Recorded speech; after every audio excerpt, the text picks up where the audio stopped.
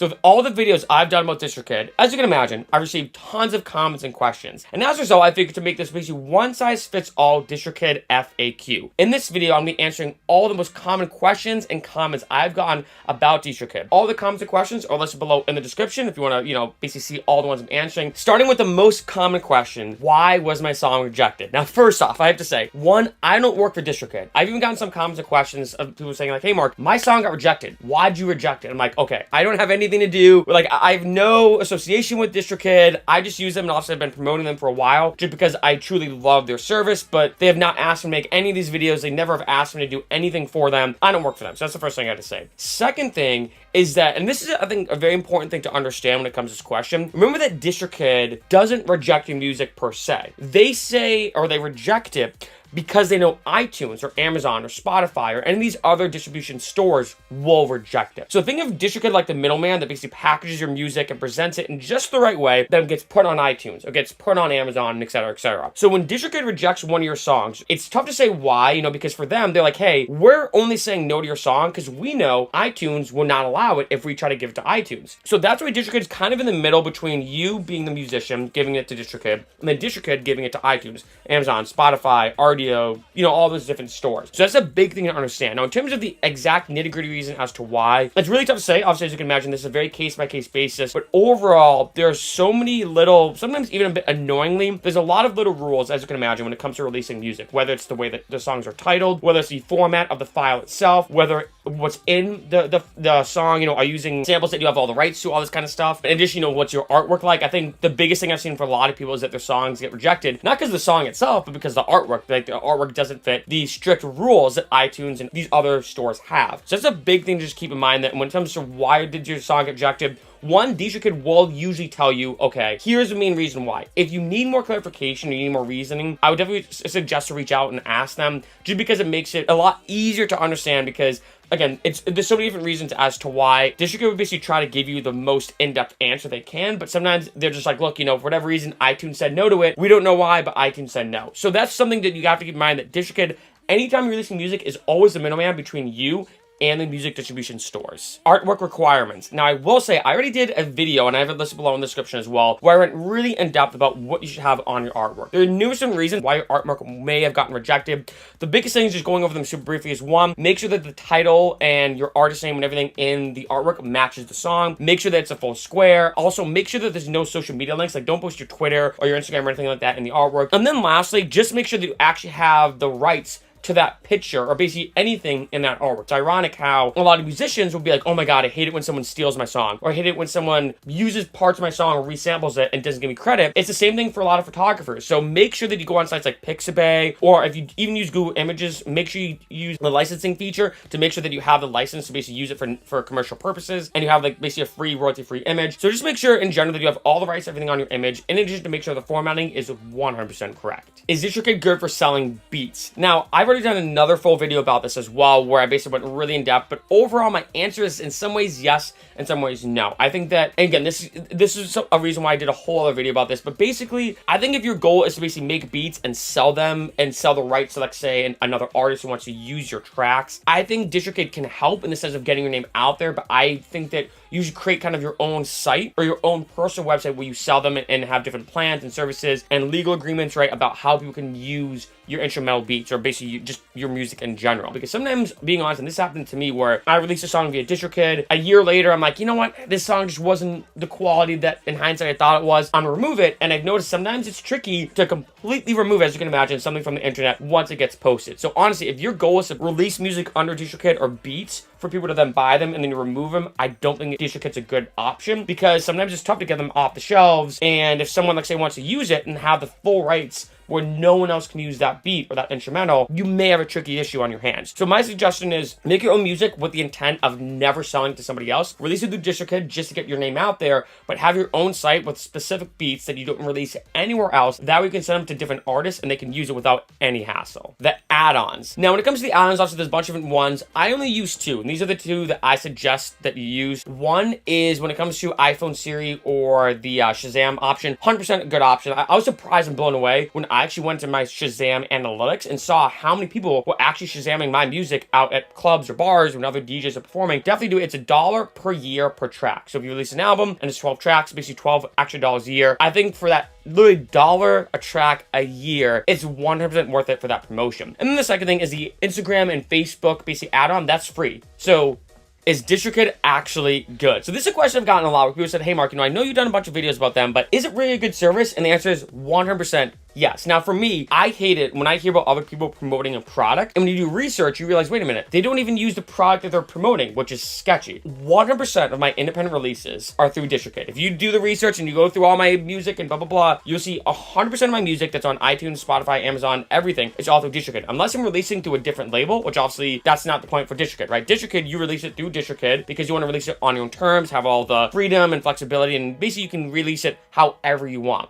obviously as opposed to releasing through a different label. But when it comes to me, I think DistroKid is hands down the best way to go. I still remember when I was getting started in terms of releasing my first album, The Light Nearby, looking at all, and you've probably been doing this too, looking at all these different packages and plans through TuneCore or CD Baby or all these other services, and I remember feeling overwhelmed. And then when I started using DistroKid, I was like, wow, it was super easy, super fast, and super affordable. I should tell more musicians about this. And then that's kind of why I've done so many videos about them. So overall, yes, it really is that good. What about marketing and promoting? So again, I've done another video about this, as you can probably imagine. For a lot of these questions, especially if they require a longer answer, I have done more in-depth videos, and again, they're all listed below in the description. Overall, not really. When you think of marketing, promoting, I would look at it, let's say you make your own sports drink, like you want to rival Gatorade or Powerade. Let's say you go to Walmart and you put it on Walmart's shelves. Does Walmart promote or market your sports drinks? Not really. I mean, technically they're putting it on the shelves so people can walk by and be like, oh, it's this new sports drink or whatever, right? But for the most part, not really. So overall, yes, DistroKid will basically put it in the stores so that way people can find it, and they will put it in stores so that way people can basically find it in the best and most accessible way. But in terms of marketing and actually like going out of the way to promote it or marketing, not really. What's up with pronunciation? So this is something I get a lot, especially in comments, because I started pronouncing, like back in the day when I first joined it, as kind of a joke with friends, I called it DistroKid as opposed to DistroKid. And that just is one of those jokes that just kind of stuck, where then now I'm almost at the point where I started to say, especially in all my beginning videos, DistroKid without even thinking about it. And then also I got so many comments saying, dude, you know it's DistroKid and everything. So now I think I'm almost conditioned where I almost go back and forth, where sometimes I say DistroKid and sometimes I say DistroKid. It's whatever. To me, at this point, it's a tomato situation. Just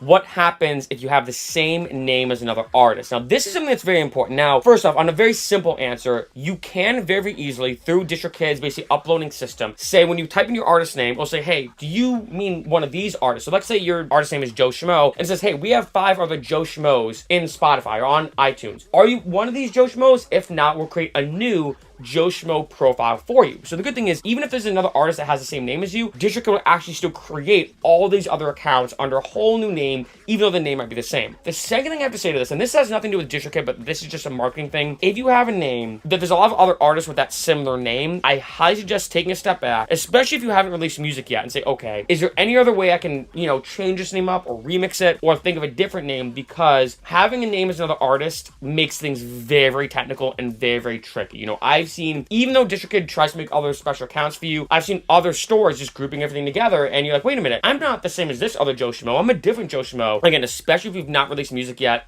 even if you're set on this name, if you're like, look, this is a name for me, if you find 3 other artists with the same name, just find some way to change it up. Whether it's one letter that's off, whether it's some type of spacing, just do whatever you can, because, again, this doesn't really have anything to do with DistroKid, but more on marketing and even some legal stuff too. Just take a step back and be like, okay, is there any way I can switch this name up or come up with a new name that's 100% unique? How much is it? Now, DistroKid basically has 3 different options. The first one, which is the main one, which is what I suggest for everybody. There's mainly 2 that I suggest for most people watching this video. The first one is basically $20 a year for unlimited uploads. Remember, this does not include the add-ons, which do cost extra money, but if you think about it, $20 for unlimited uploads, that's pretty awesome. Now, for me, I have the Musicians Plus account. It's $40 a year, so $20 extra, and you basically have your own label. So when you release under their main plan, the $20 one, the basic package, it's released under the label label of DistroKid. And for me, I personally didn't like that. I didn't like that if you went to the label and said DistroKid, it's kind of cheesy to me. So I was like, look, I'm going to make my own label. So I made my own label called Meta Music Records. And again, I'm the only person on it. It's not like I necessarily made a label, as more as I thought of like, okay, if I were to ever start a label, what it would be? And I decided to call it Meta Music Records. And then so basically, yeah, so that's what I release all my music under now, actually. So I have basically the Musicians Plus account. It's $40 a year. And I do think it's worth it, being honest, that extra $20, because that way you can release everything under a custom label. And I think it just looks a lot better. I think that having that kind of DistroKid name attached onto the label of your music releases is a little bit tacky, at least in my opinion. Again, that's just personal preference. So I do suggest using the Musicians Plus account. The $20 extra a year, 100% worth it. How do I access my stats and analytics? Now, on DistroKid's platform, they do have basically settings where you can see, or like an option or a section where you can see, you know, the downloads and streams through like iTunes, Amazon, Spotify streams, Apple Music streams, and some of them can go kind of in depth. But overall, once all your accounts get created and all your music's on the platforms and you're actually getting traffic, my biggest suggestion is honestly just sign up through each one of those individual platforms that you really love and look at your streams. Because for example, like Spotify, they have the Spotify for Artists feature, and you're able to really go in and see like the demographics, the location, the age ranges, the you know, all these different analytics, and way more in depth than DistroKid provides. So that's a big thing I'm gonna suggest. And like even like I said earlier in this video with Shazam, I was able to go in and see where people are Shazamming my music, how often they're Shazamming my music, you know, what songs are most popular under my Shazam account. And that's a big thing I cannot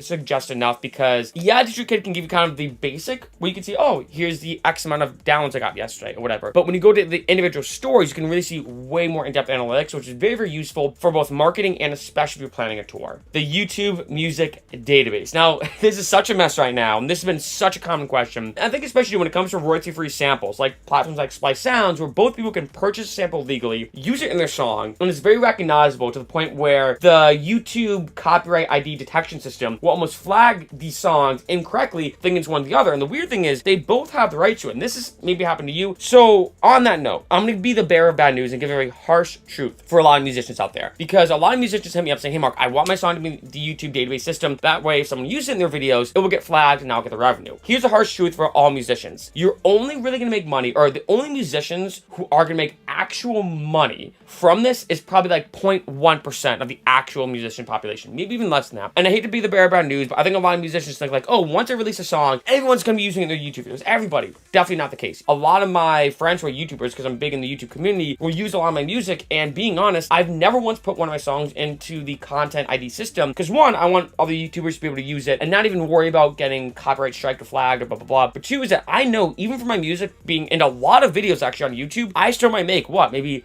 a few bucks a month from ad revenue. I mean, unless you're someone who's massive, I'm talking like Lady Gaga or all these big artists that we all know, like Pharrell and etc., you're really not gonna make that much from YouTube. And so that's why my best advice for all my musicians out there is don't put your music on the YouTube content ID system. So for me, I don't think it's that big of a deal. So many artists will hit me up about this, and I'm like, look, unless you're getting, I'm talking like millions of views on your songs and streams, and unless your music everywhere, unless you're like, shoot, I just saw 1,000 views with my song, just don't do it, because I promise you, you're barely gonna make next to no money unless you're a huge musician from YouTube content. Continuing with YouTube, what about posting my music on YouTube? Now, you may have noticed when you release a song through DistroKid, not only does it get released on all these different platforms, it also gets posted onto YouTube. This is something that happens automatically. YouTube basically creates, think of like they call it like a topic channel, where it's basically your artist and then your song gets released, and it's basically auto-generated. This is something that just happens automatically. Think of it like when you release something on iTunes, it automatically gets posted on iTunes. When you release something, YouTube is part of this kind of music platform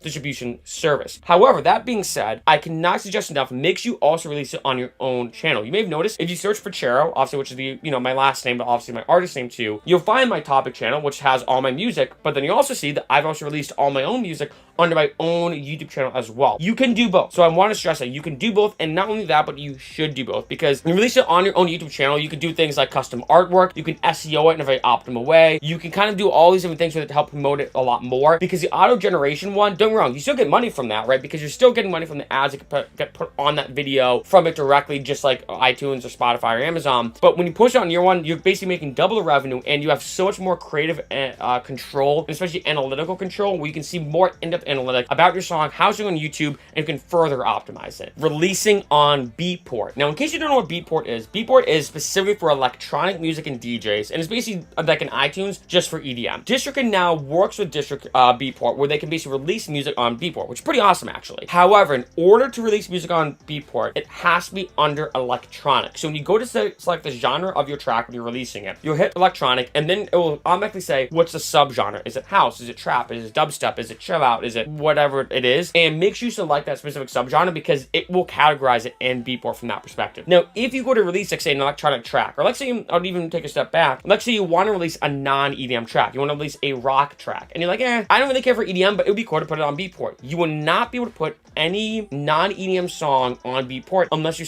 select it as electronic. So keep that in mind. So if, let's say for whatever reason you make a rap song and you want to release it on Beatport, you have to go to electronic and then select rap as basically the subcategory under electronic. So keep that in mind. It will not be released on Beatport unless it's specifically the electronic genre. What genres can be released on DistroKid? Now there are a ton of them.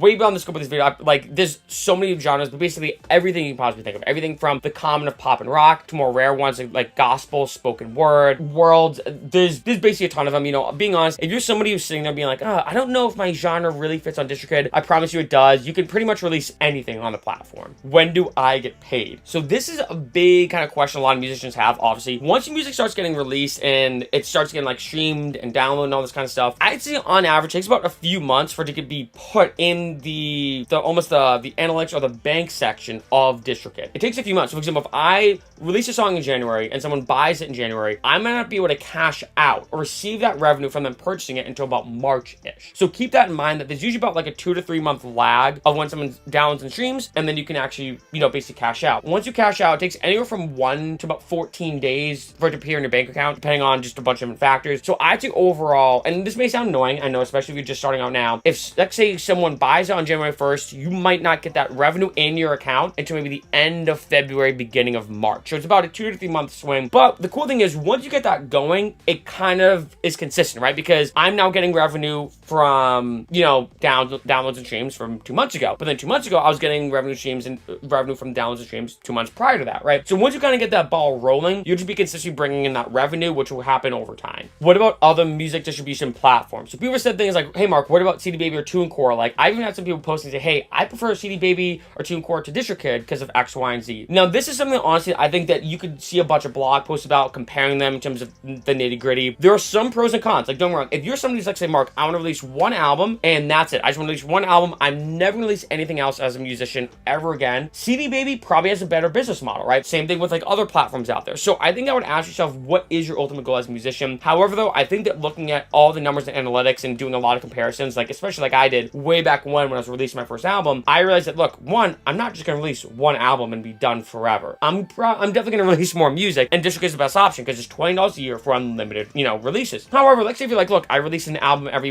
5 years. Again, CD Baby might be the best option. Now, again, there's so many nitty-gritty little fine details you definitely want to look at in terms of like, the uploading, how much royalties do you get, how much does CD Baby or TuneCore on another platform take out of your revenue. Like, you keep 100% of the profits through DistroKid. With other services, I know that you don't. So that's something you kind of have to look at. So it really depends service to service. This again, it could be a whole other subject for a whole other video. But overall, I'd say, look, take a step back and figure out how much you're going to be releasing and how much you think you'd be making off those downloads and streams. Again, it's tough to say, sometimes you have to estimate. And then look and make sure you read all the fine print, changing the artwork after you upload. Now, this can get kind of tricky. Now, I will say DistroKid now has an amazing feature called Edit, where literally after you release something, you can edit it and go back in and kind of change a couple different things. But especially for something like artwork, if you're like, oh, shoot, you know what? I think I have a better option for artwork. I think you have to ask yourself, or if you're saying to me, or you're asking me, hey, how do I change my artwork? I think the way you're releasing music is wrong. And this sounds like a weird tangent, but this is very important. I think too many musicians jump the gun to release their song. They get it, they bounce out of Ableton or whatever their DAW is, and they immediately upload it. If you're saying, oh, you know what? I kind of want to re-upload this song because I realized this part could have been changed or this part could have looked better, you're producing music wrong. So my biggest suggestion is, if you ever have to say, how do I change my artwork? How do I change the song? And unless it's something that's very, very specific, or like say there's a very specific reason as to why, I'd say always take a step back and remember, there's no big timeline to release. I know so many musicians say, hey, I have to release this by this point. And I get having deadlines because it's good for like motivation and